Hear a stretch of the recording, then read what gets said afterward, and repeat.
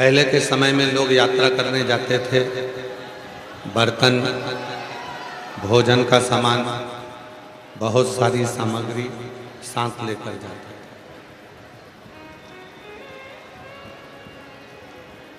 अब लोग यात्रा करने जाते हैं तो बर्तन साथ लेकर नहीं जाते। अब लोग यात्रा करने जाते हैं तो भोजन का सामान, आटा, चावल, दाल साथ लेकर नहीं जाते। पहले लोग यात्रा करने जाते थे तो अपने साथ में कपड़े भी, सोने के लिए बिस्तर भी, बहुत सारा गादी, तकिया, ऐसा बहुत सारा बिस्तर लेकर जाते थे। पर अब लोग अपने साथ में ना तो बिस्तर लेकर जाते हैं, ना भोजन का सामान लेकर जाते हैं, ना बर्तन लेकर जाते हैं। आज के समय में लोग यात्रा करने जाते हैं तो केवल जेब में 500 के नोट की गड्डी लेकर जाते हैं। बाबा जी, जेब में गड्डी है तो तुम जिस यात्रा को करने के लिए जा रहे हो वहां तुम्हें बिस्तर भी मिल जाएगा, कमरा भी मिल जाएगा, भोजन भी मिल जाएगा, वहां आपको सब कुछ प्राप्त होगा। वहां भोजन भी मिलेगा, कपड़े भी मिलेंगे, बिस्तर भी मिलेगा, बर्तन भी मिलेंगे, सब कुछ मिलेगा, हर चीज वहां प्राप्त होगा। कब? अब तुम्हें ना तो कपड़े ले जाना है, ना बिस्तर ले जाना है, ना बर्तन ले जाना है, ना भोजन ले जाना है। केवल जेब में 500 के नोट की गड्डी रखो, यात्रा पे निकल जाओ, कमरा मिलेगा, बिस्तर मिलेगा, भोजन मिलेगा, वस्त्र मिलेगा, सब कुछ यात्रा में मिलेगा। सब बस शिव पुराण की कथा यही कहती है। जैसे यात्रा करने के समय पर जेब में 500 के नोट की गड्डी हो तो सारी सुविधा मिल जाती है, उसी तरह अगर जीवन में जीवन की यात्रा कर रहे हो, संसार की यात्रा कर रहे हो, परिवार की यात्रा कर रहे हो तो अपने दिल में शिव नाम की गड्डी को बनाकर रखना, तो सारे मार्ग सुलभ होते चले। सारे इन मार्गों की सुलभता शिव नाम में, भगवान शंकर के नाम में, मंत्र में। और जो जैसी भावना लाया वो वैसा ही फल पाया, नहीं खाली उसे लौटाया, वो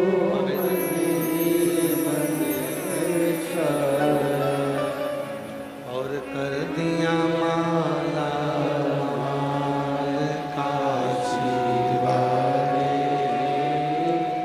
लुटा दिया भंडार काशी वाले, लुटा दिया भंडार काशी वाले, कर दिया माल काशी वाले। यात्रा पे निकलते समय अपनी जेब में पैसे की गड्डी होती है, मार्ग सुलभ हो जाता है।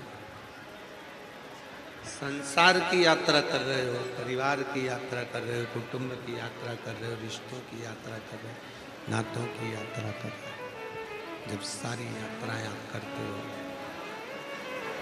तब अपने हृदय में शिव नाम की गड्डी का होना, भगवान शंकर के नाम की गड्डी का होना, शिव नाम का होना, भगवान शंकर के नाम की गड्डी का होना जरूरी है। शिव मंत्र का होना जरूरी, शिव का स्मरण होना जरूरी। एक सुंदर सी कथा आती है शिव महापुराण की, कौमार खंड की। कौमार खंड की कथा कहती है, कौमार खंड का चरित्र कहता है। बढ़ा दो, थोड़ा बढ़ा रहे हो तो बाहर का बढ़ा दो, जिससे लोग चिल्लाना थोड़ा कम कर दें।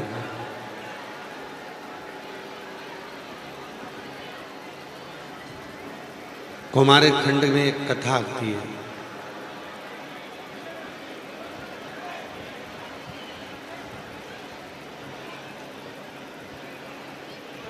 षडानंद कार्तिकेय बाबा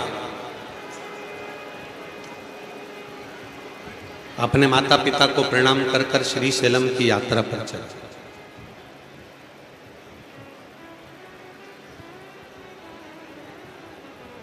चलते चलते उनको 3 दर्शन हो। षडानंद कार्तिकेय जी जब चले तो उनको 3 दर्शन हो। अभी बाबा जी आपने, सतवा बाबा जी आपने मां नर्मदा जी की परिक्रमा की, कैलाश मानसरोवर की परिक्रमा कर।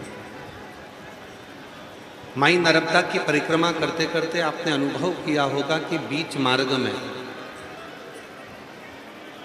माई नर्मदे हर लोग बोलकर जब चलते हैं तो उनके स्वरूप में भी मां नर्मदा का दर्शन हो और कंकर में शंकर का दर्शन हो। षडानंद कार्तिकेय जी बाबा जी जब चले तो 3 दर्शन षडानंद कार्तिकेय जी ने किए और 3 दर्शन जब षडानंद कार्तिकेय जी ने किया, अपने माता को पिता को प्रणाम कर कर जब चलते हैं तो 3 दर्शन। और वो 3 दर्शन, उसमें पहला दर्शन था जिस पथ पर चल रहे थे उस पथ पर वन क्षेत्र का दर्शन, वहां के वन का दर्शन। दूसरा दर्शन था पक्षियों का दर्शन और तीसरा दर्शन था वन में रहने वाले पशुओं का दर्शन।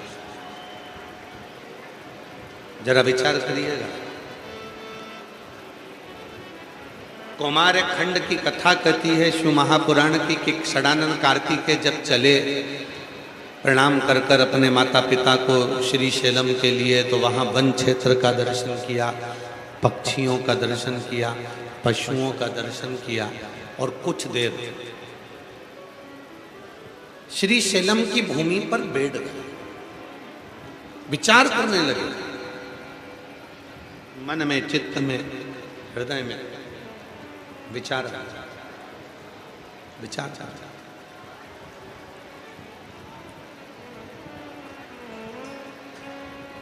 कि ये पूरे वन क्षेत्र में एक एक पत्ते में, एक एक पक्षी में, एक एक पशु में किसका संचार है? कौन है इसमें? इस पूरे वन क्षेत्र में कोई पौधे को लगाने वाला नहीं है। इस पूरे जंगल क्षेत्र में कोई पक्षी को दाना देने वाला नहीं है। इस पूरे वन क्षेत्र में, जंगल में कोई पशु को भोजन देने वाला नहीं। तो फिर इस वृक्ष को लगाया किसने? पक्षी को दाना दिया किसने? और पशु को भोजन दिया किसने? मनुष्य तो अपना कर्म करता है। 84 लाख योनियों में 83,99,999 योनियां छोड़ दो, उसके बाद में केवल एक योनि है मनुष्य की योनि, जो पैसा कमाती है, जो धन कमाती है, नौकरी करती है, सर्विस करती है, धन कमा कर लेकर।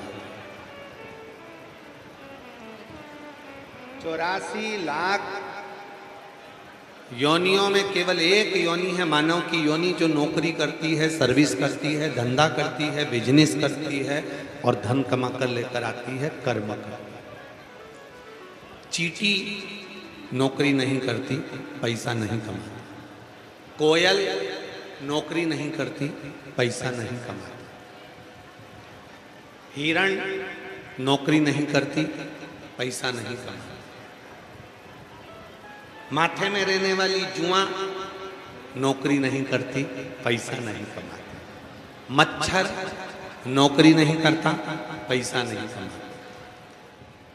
84 लाख योनियों में 83,99,999 योनि ऐसी है जो ना नौकरी करती है, ना धंधा करती है, ना बिजनेस करती है, ना फैक्ट्री डालती है, बस कर्म करते करते चलती है और वो पैसा भी नहीं कमाती है। फिर भी बिना धन कमाए, बिना नौकरी करे, वो मेरा देव आदिदेव महादेव उन 83,99,999 योनियों को भोजन दे, वो भोजन दे रहा है। जिस बलिया की भूमि पर हम कथा श्रवण कर रहे हैं, ये बलिया की भूमि साधारण नहीं है। जरा विचार करिएगा, भृगु ऋषि स्वयं जिस भूमि पर आकर तप करते हो, भृगु ऋषि जिस भूमि पर आकर साधना करते हो, भृगु ऋषि जिस भूमि पर आकर तपस्या में डूब जाते हो, क्या वो बलिया की भूमि साधारण हो? साधारण हो? वो बलिया की भूमि क्या साधारण हो? शिव महापुराण में भगवान शंकर पार्वती से कहते हैं, पार्वती मनुष्य के 4 जन्म होते हैं। थोड़ा सावधानी से सुनिएगा सारे बलिया वाले। मनुष्य के 4 जन्म होते हैं। भगवान शंकर पार्वती से कहते हैं, पहला जन्म जब वो माता के गर्भ से बाहर निकलता है, पहला जन्म। मनुष्य का दूसरा जन्म होता है जब उसका विवाह होता है। मनुष्य का तीसरा जन्म होता है जब वो पिता बनता है, माता बनती है। और मनुष्य का चौथा जन्म होता है जिस स्थान पर बैठकर वो परम सत्य को, उस परमात्मा को प्राप्त कर लेता है, वो मनुष्य का चौथा जन्म होता है। वो मनुष्य का चौथा जन्म है। कल हमसे कोई कह रहा था, गुरुजी ये भृगु ऋषि की तपोस्थली है बलिया, तो हमने उनको रोक कर कहा, नहीं नहीं नहीं, ये केवल भृगु ऋषि की तपोस्थली नहीं, ये भृगु ऋषि की जन्म स्थली भी कहो, क्योंकि यहीं पर बैठकर परम सत्य को भृगु बाबा ने प्राप्त किया। जब किसी का विवाह होता है, एक लड़का एक लड़की का जब विवाह होता है, तो वो भी उसका एक जन्म होता है। वहां से उसका मोड़ बदल गया, वो पति बन गया, वो पत्नी बन गई। फिर घर में बच्चा होता है, फिर उसका जन्म होता है, वो मां बन गई, वो पिता बन गया। जिस भूमि पर बैठकर आप तपस्या करते हो, साधना करते हो, तप करते हो, बाबा जी, आपके पूज्य गुरुदेव सतुआ बाबा जी, जिनके परम आशीर्वाद से आप उस गादी पर हैं, उनका जन्म कहीं पर भी किसी भूमि पर हुआ होगा, पर उन्होंने काशी की धरा पर, गंगा के तट पर आकर विश्वनाथ जी की साक्षी में तप साधना करी। उसी भूमि पर तप साधना करी, और जिस भूमि पर तप साधना कर कर परम सत्य को पा ली है, शिव पुराण कहती है वही उनकी कर्म स्थली भी है, वही उनकी जन्म स्थली है। उनका दूसरा जन्म, चौथा जन्म भी वहीं पर है। भगवान श्री भृगु ऋषि ने बलिया की भूमि पर आकर तप किया। भगवान श्री भृगु ऋषि ने बलिया की भूमि पर आकर साधना करी। भगवान श्री भृगु ऋषि ने यहाँ पर आकर जब तपस्या करी, साधना करी, तो शिव महापुराण की कथा में भगवान शंकर पार्वती से कहते हैं कि मनुष्य के 4 जन्म होते हैं। पहला जन्म है माँ के गर्भ से जन्म लेना, दूसरा जन्म है पति पत्नी जब बनते हैं, दूसरा जन्म, तीसरा जन्म जब वो माता पिता बनते हैं, और चौथा जन्म जब वो परम सत्य को प्राप्त करते हैं। तो भृगु बाबा ने यहाँ आकर जब अपने उस परम सत्य को पाने के लिए जब तप और साधना करी होगी, तो भगवान भृगु ऋषि की जन्मस्थली भी यही कहलाया जाएगा। परम सत्य को पाया।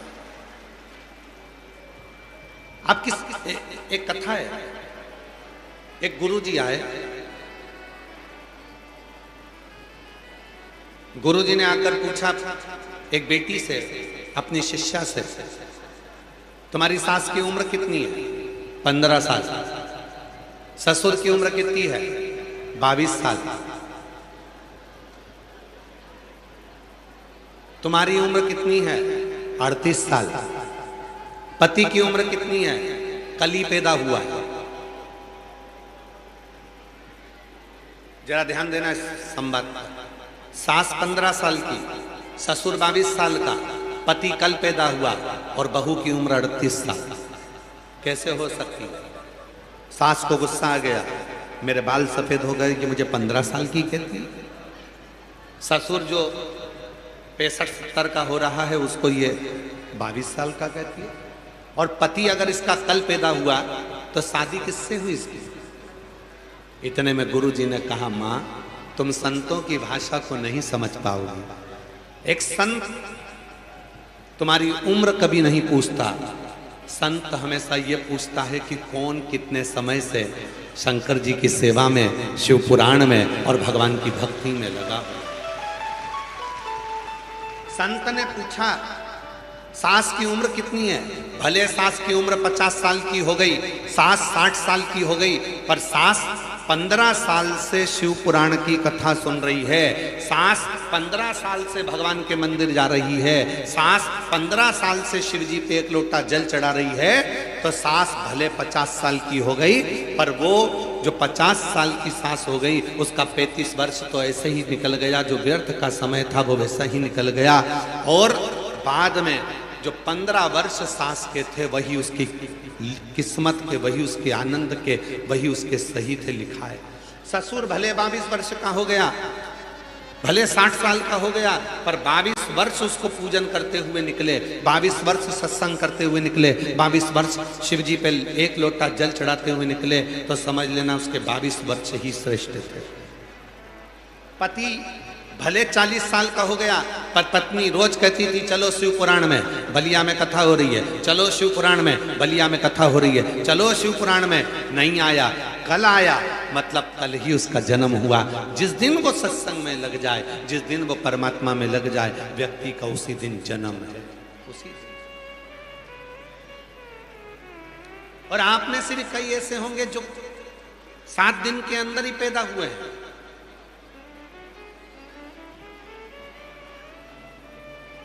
संसार में जितने भी जन्म लेते हैं वो 7 दिन के अंदर ही पैदा होते हैं। कोई रविवार, कोई सोमवार, कोई मंगल, कोई बुध, कोई गुरु, कोई शुक्र, कोई शनि, ऐसे ही जाएंगे। जन्म कितने दिन में हुआ? 7 दिन। शिव पुराण कितने दिन की हुई?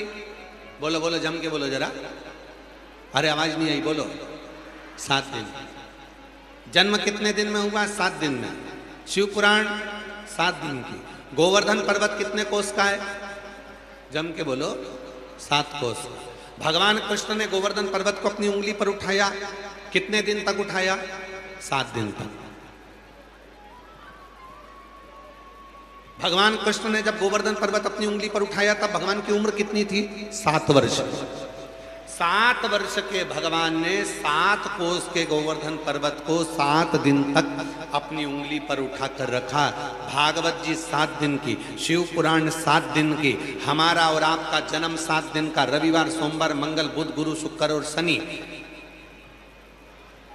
रविवार को जन्म हुआ, सोमवार को बड़े हुए, मंगलवार को ब्याह हुआ, बुधवार को बच्चे हुए, गुरुवार को बीमार पड़े, शुक्रवार को हॉस्पिटल गए, शनिवार को सीताराम हो गए। 7 दिन ऐसे ही निकल गए। जीवन के 7 दिन ऐसे ही समाप्त हो।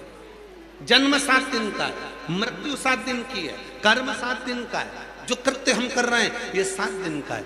और यही 7 दिन में हमारा जन्म है, यही 7, यही 7। एक महिला बैठी है जिसके पति ने पत्नी से कहा कि तू कहती है कि सियोर वाला बाबा कहता है कि अगर पार्थिव शिवलिंग का पूजन करो और जो मांगो वो मिलता। पति पत्नी दोनों आपस में बात करें और पत्नी ने पति से कह दिया, पत्नी ने पति से कह दिया 13 जून को सीहोर वाला बाबा अभिषेक करा रहा है ऑनलाइन। सावन के महीने में तो वो कराते ही हैं, सावन की शिवरात्रि पर हर साल, पर अब की बार अधिक मास पढ़ने से 13 जून को सीहोर वाला बाबा अभिषेक करा, तुम भी करो। पति ने कहा, सीहोर वाले बाबा ने कहा है कि बेलपत्र और चावल का दाना रख लो और कार्य हो जाएगा। क्या ये सत्य हो सकता है? पत्नी ने कहा, अगर विश्वास है तो भगवान क्यों नहीं करेगा। आज उस पत्नी का पत्र आया,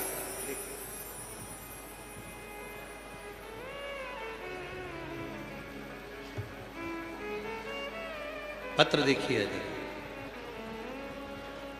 मैं पूजा देवी, पति गोपाल कुमार, SDS कॉलेज, भगवान बाजार, छपरा, सारण से आई। कहीं बैठी हो तो हाथ हिला सकते। मैं पूजा देवी, पति गोपाल कुमार, मैं SDS कॉलेज, भगवान बाजार, छपरा, सारण से आई। गुरुदेव, मैं यहाँ केवल 13 जून को अधिक मास के शिवरात्रि पर कराए गए अभिषेक का चमत्कार बताने के लिए आई। अधिक मास की शिवरात्रि को 13 जून को जो अधिक मास की शिवरात्रि पर कराए गए अभिषेक का चमत्कार बताने के लिए आई। गुरुदेव, मेरी जिंदगी बहुत तकलीफ से गुजरी थी। मेरे पति सरकारी नौकरी की तैयारी कर रहे थे, ना जाने उन्हें कितने फार्म भरे होंगे, पर उनकी किसी में भी सिलेक्शन नहीं हुआ। ऐसा कोई काम नहीं होगा जो मेरे पति ने किया नहीं होगा। एक काम करते, फिर दूसरा पकड़ते, दूसरा करते, फिर तीसरा पकड़ते, एक एक जगह उनका स्थिर परमानेंट का काम नहीं हुआ। फिर मेरी माँ ने आपकी कथा के बारे में बताया, सब जगह से हार गए। गुरुदेव, कोई रास्ता नहीं नजर आ रहा था। तब मेरी माँ ने आपकी कथा के बारे में बताया और मैंने कथा सुनना प्रारंभ करी। एक लोटा जल भरकर शिवालय पहुंच जाती, बाकी का सब बाबा पर छोड़ देती। गुरुदेव, मेरा भरोसा इतना आप पर है कि आप जो कहते हो मैं वो सब करती हूं और मुझे विश्वास है मेरा बाबा करेगा। एक दिन मेरे पति ने मुझसे जिद कर ली कि तेरा गुरुजी सीहोर वाला बाबा बोलता है कि घरों में पार्थिव शिवलिंग बनाओ, पूजन करो, उसका फल मिलेगा। आज मैं अगर पार्थिव लिंग की पूजन करूं घर में बैठ के टीवी के सामने, तो क्या सीहोर वाले बाबा के कहने से मेरी सरकारी नौकरी लग सकती है? मैंने अपने पति से कहा, यदि विश्वास रखकर करोगे तो मिलेगा जरूर। 13 जून अधिक मास को शिवरात्रि पर मेरे पति और हम दोनों अभिषेक किया और बाबा से यही मांगा कि बाबा, जो मेरे पति के मन में चल रहा है आप वो करना और जो अच्छा हो वो करना। गुरुदेव, लोगों का काम 3 महीने में होता है, पर मेरे बाबा ने तो एक दिन भी नहीं लगने दिया और रात भी नहीं पूरी होने दी, और सुबह ही मेरे पति का परमानेंट जॉब बाबा की कृपा से लग गया। आज मैं बाबा को प्रणाम करने, बाबा को नमन करने, रात भी पूरी नहीं होने दी और सुबह मेरे पति का परमानेंट जॉब लग गया। कहीं बैठी हो पूजा देवी, पति गोपाल कुमार, मैं SDS कॉलेज, भगवान बाजार, छपरा, सारण से आई। कहीं बैठी हो तो आ सकते।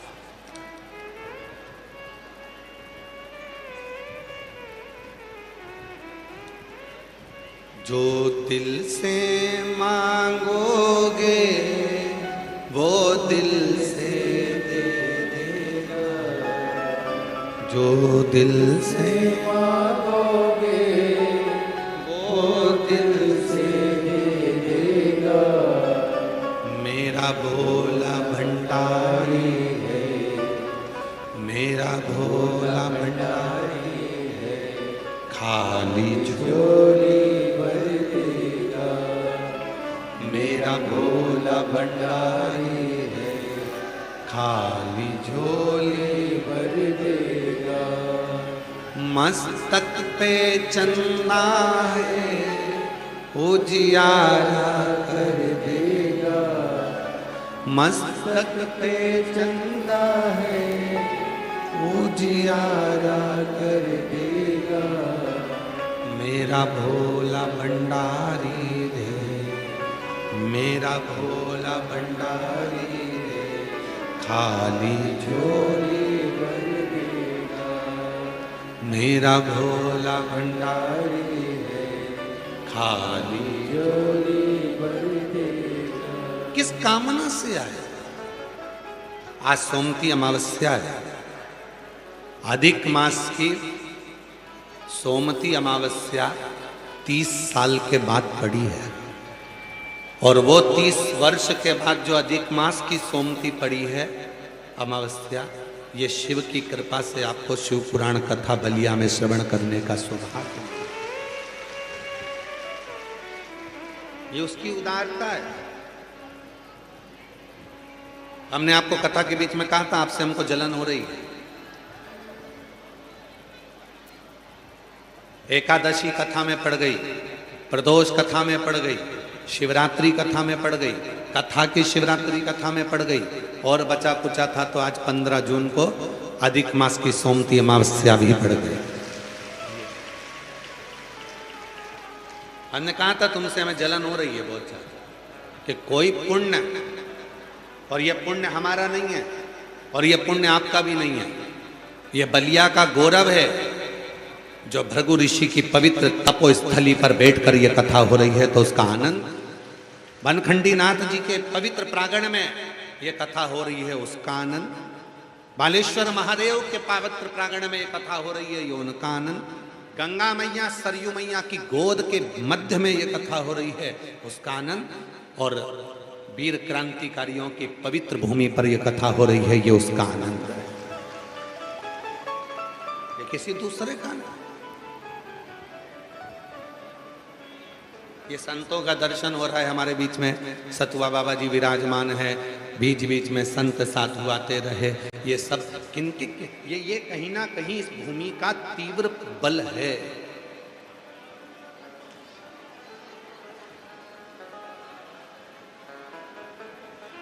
ये भूमि का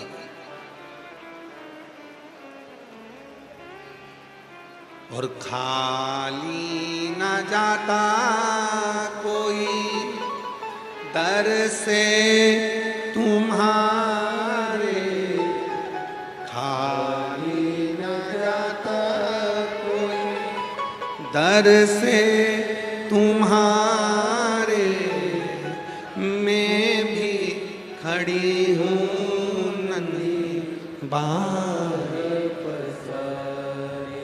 अपने हृदय से लगा लो गिरा जा रहा हूँ, उठा लो भोले अपने दर से अब तो न टारो, गिरी जा रही हूँ, उठा लो। कोई पुण्य तो है आपके जीवन का, कोई सत्कर्म तो है आपके जीवन का। कहते हैं 5 पंडाल में बैठकर कथा श्रवण करने वाले के जीवन के सारे आनंद शिव पंचानंद स्वरूप में प्रदान कर देता है। इसीलिए कई लोग ऐसे हैं जो 5 पंडाल में कथा सुनते हैं। उत्तर प्रदेश में तो इतनी कथाएं हमारी यहाँ कुबेरेश्वर बाबा नहीं पहुँच पाते, पर आप लोगों को एक बधाई और दे दें शिव जी की कृपा से। बलिया में तो आप लोगों को कथा सुनने को जून के महीने में मिल गई। जो 5 पंडाल वाले हैं उनको बधाई। एक कथा 30 अक्टूबर से 5 नवंबर उन्नाव उत्तर प्रदेश में पहुंच रही है। उन्नाव उत्तर प्रदेश में पहुंच, एक बार जोरदार ताली बजाएं। हमारे बीच में उन्नाव उत्तर प्रदेश की जो कथा लिए हैं जिला सहकारी बैंक के अध्यक्ष श्री अरुण सिंह जी यहाँ आए हुए हैं। कहाँ बैठे हैं? कहीं बैठे हैं? अरुण जी गए हैं क्या? अच्छा, एक बार उनके लिए भी जोरदार साथ ताली बजाएं। जिला सहकारी बैंक के अध्यक्ष श्री अरुण सिंह जी, जिन्होंने 30 अक्टूबर से 5 नवंबर तक उन्नाव उत्तर प्रदेश में भव्य 7 दिवसीय शिव महापुराण की कथा का ये भव्य आयोजन होने जा रहा है। और आप लोगों को बधाई, जो उन्नाव उत्तर प्रदेश के आसपास के क्षेत्रवासी हैं, माँ गंगा के तटवासियों को, जो शिव जी ने कृपा कर कर आप लोगों के लिए कथा कानपुर लखनऊ वालों के लिए भी उन्नाव में भेज दी है, तो आप लोगों के लिए बहुत बहुत सारा। और हमारे इस कथा के जो संरक्षक हैं वह हमारे माननीय परिवहन मंत्री जी श्री दयाशंकर जी ही रहेंगे उसके संरक्षक। एक बार जोरदार ताली बजाएं साधु का। तो मैं पुनः आपको साधुवाद देता हूँ। सतुआ बाबा जी बड़ी सुंदर कथा लेकर आए जिसके संरक्षक श्री दयाशंकर जी ही रहे और अरुण जी इस कथा को लेकर आए।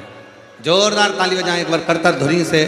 बहुत बहुत साधुवाद के साथ में 30 अक्टूबर से 5 नवंबर 2026 उन्नाव उत्तर प्रदेश की पवित्र भूमि फिर शिवमय के साथ में, आनंदमय के साथ में रहेगी। खूब आनंद लेंगे। हर हर। तो ये भृगु ऋषि की जो तपोस्थली है, ये जो भृगु ऋषि की साधना स्थली है बलिया, इस बलिया का ही कुछ तेज प्रताप, जहां जीव अपने मन का भाव रखकर हृदय से शिव भक्ति में डूबता है।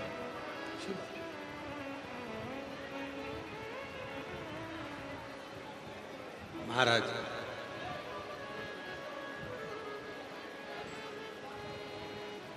शिव कथा करती है। शिव कथा एक जीवन का सर्वाधिक सुख है।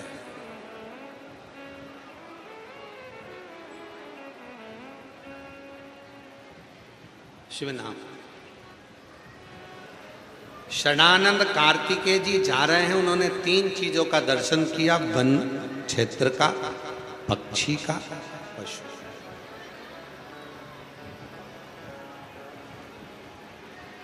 दर्शन करते करते चले, विचार करा 83,99,999 योनियां, कोई नौकरी नहीं करती, कोई धन नहीं कमाती, तो भी पेट भरने वाला वो देव अधिदेव महादेव पेट भर, तो भी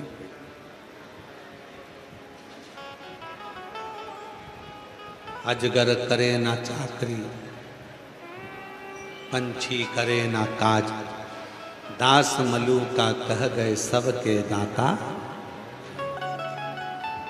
वो कर रहा, कोई दूसरा नहीं कर रहा, करने वाला। और प्रभु आपकी कृपा से सब काम हो रहा है। प्रभु आपकी कृपा से सब काम हो रहा है। आप ही के पति ने अभिषेक किया और विश्वास के साथ करा और बाबा की कृपा से परमानेंट जॉब हो गया। शिव की कृपा से जोरदार ताली बजाएं साथ। करते हो भोले बाबा मेरा नाम हो रहा है।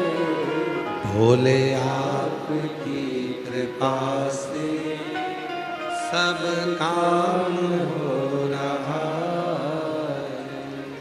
भोले आपकी कृपा से सब काम हो रहा है। इसीलिए शिव कथा कहते हैं, शिव पुराण कहते हैं, शिव तत्व कहते हैं। विश्वास कब होगा? जब हमारा समर्पण पूर्ण होगा।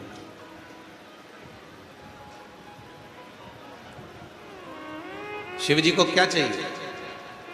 सबने कथा में सुना है, शिव जी को एक चावल का दाना देना और आखा देना, पूर्ण देना। शिव जी को टूटा हुआ अक्षत भी नहीं दिया जाता।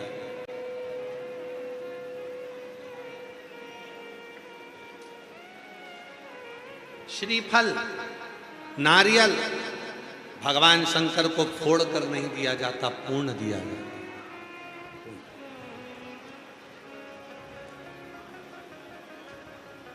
शिव जी को पूर्ण चावल का, पूर्ण।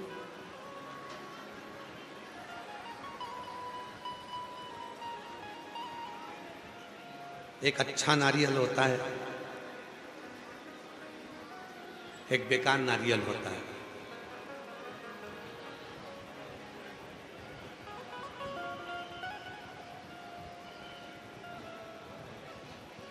मंदिर में लेकर जाते हो नारियल?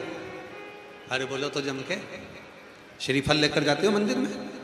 आवाज नहीं आई है, जम के बोलो जरा। नारियल तुम लेकर गए, फोड़ा,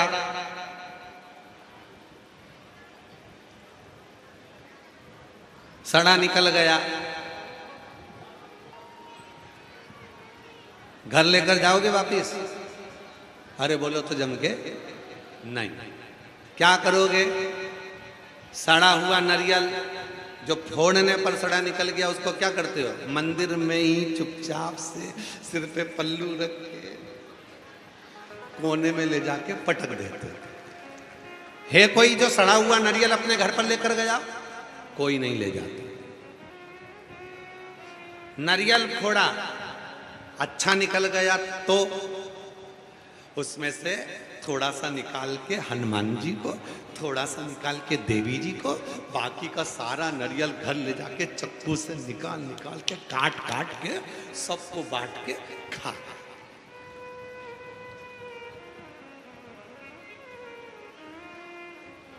पूरा नारियल।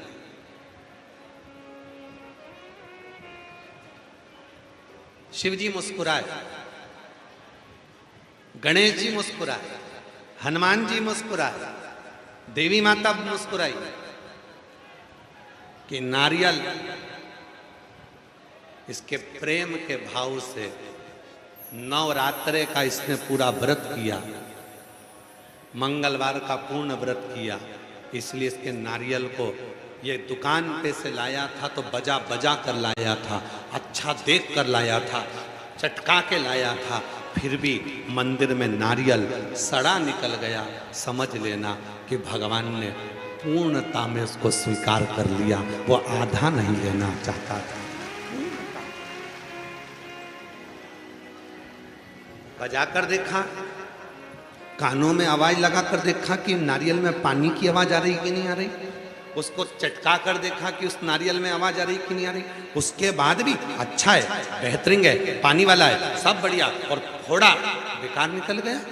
आपने दुकान वाले से जाकर कहा मेरा नारियल तो बेकार निकल गया? नहीं नहीं नहीं, नारियल तो अच्छा ही था, बजा कर लाए थे, आवाज चटका कर लाए थे, खूब जोरदार नारियल बड़ा छाट कर लाए थे, उसके बाद भी अगर वो सड़ा निकल गया, खराब निकल गया, समझ लेना कि उस देव अधिदेव महादेव ने पूर्णता में स्वीकार कर लिया, वो तुझे अधूरा नहीं भेजना चाहता था, पूर्ण रखा।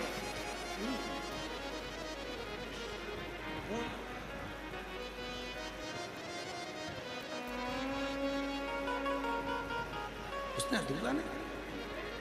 एक पत्र है, अच्छा है,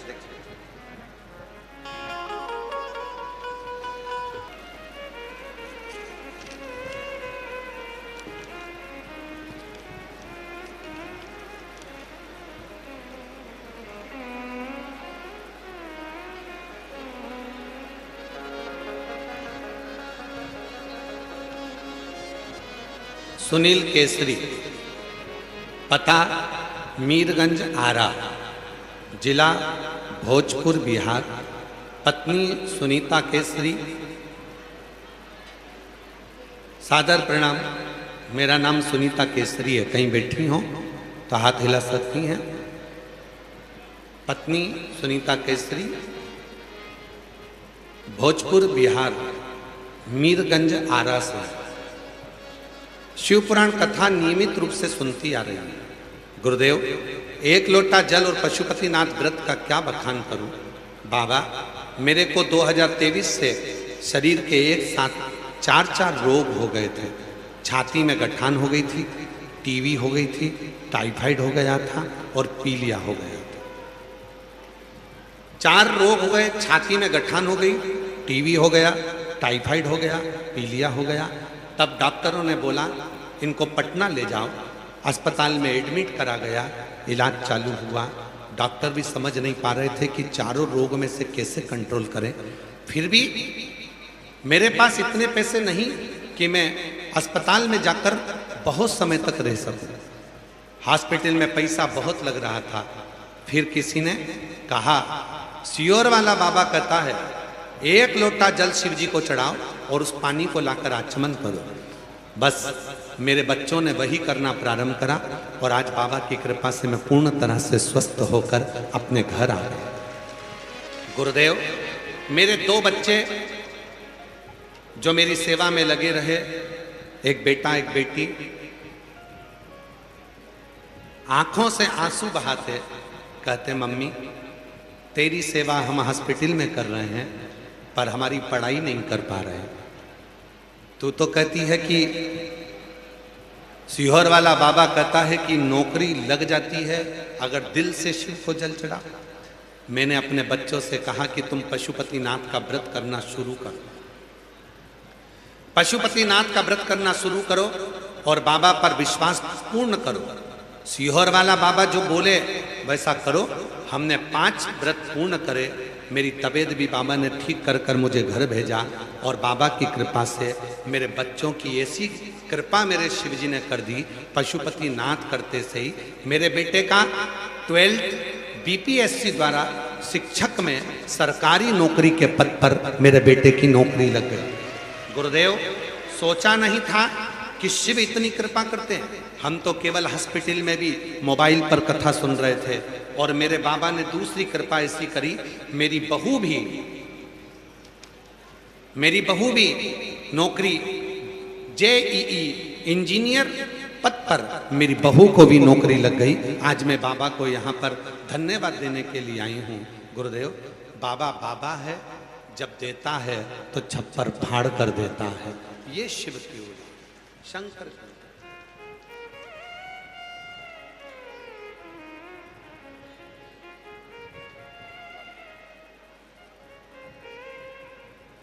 और जो जैसी भावना लाया वो वैसा ही फल पाया।